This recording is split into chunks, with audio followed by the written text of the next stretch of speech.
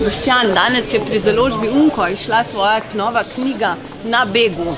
Pogovarjal si se z 2000 ljudmi, v tej knjigi nanizaš zgodbe 300 ljudi, 300 beguncev.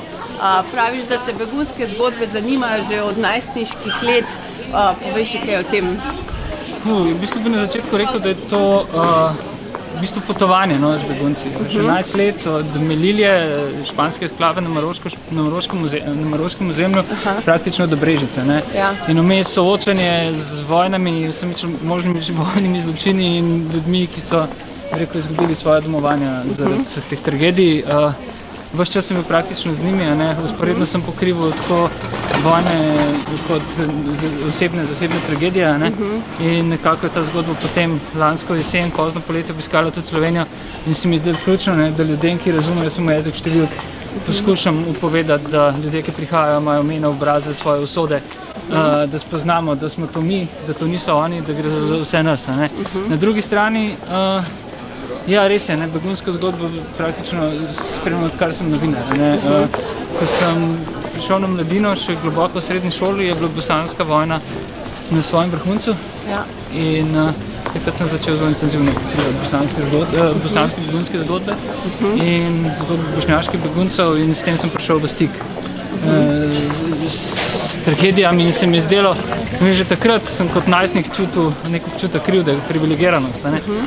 Mi smo se zaradi ekonomskega in političnega oportunizma izognili resni vojni, hkrati pa smo tudi nismo prevzeli odgovornost za tisto, kaj se potem dogaja na Hrvaškem, v Bosni in tudi na Kosovo.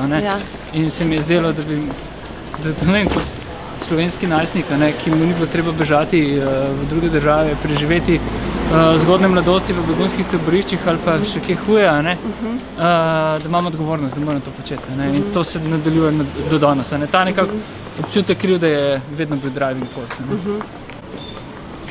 Lepo si povedal na tiskovni konferenci, da je potrkalo in da si upal, da se bodo odprla vrata človečnosti, ampak žal ni bilo tako, ne?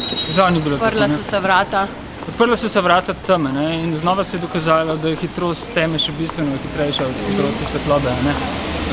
Zelo hiter so se moja ta kanček preostalih naivnih pričakovanj in iluzij se je zrušil v trenutku, ko je Slovenija začela postavljati žilnato ograjo, bodeče žico na Hrvaškem.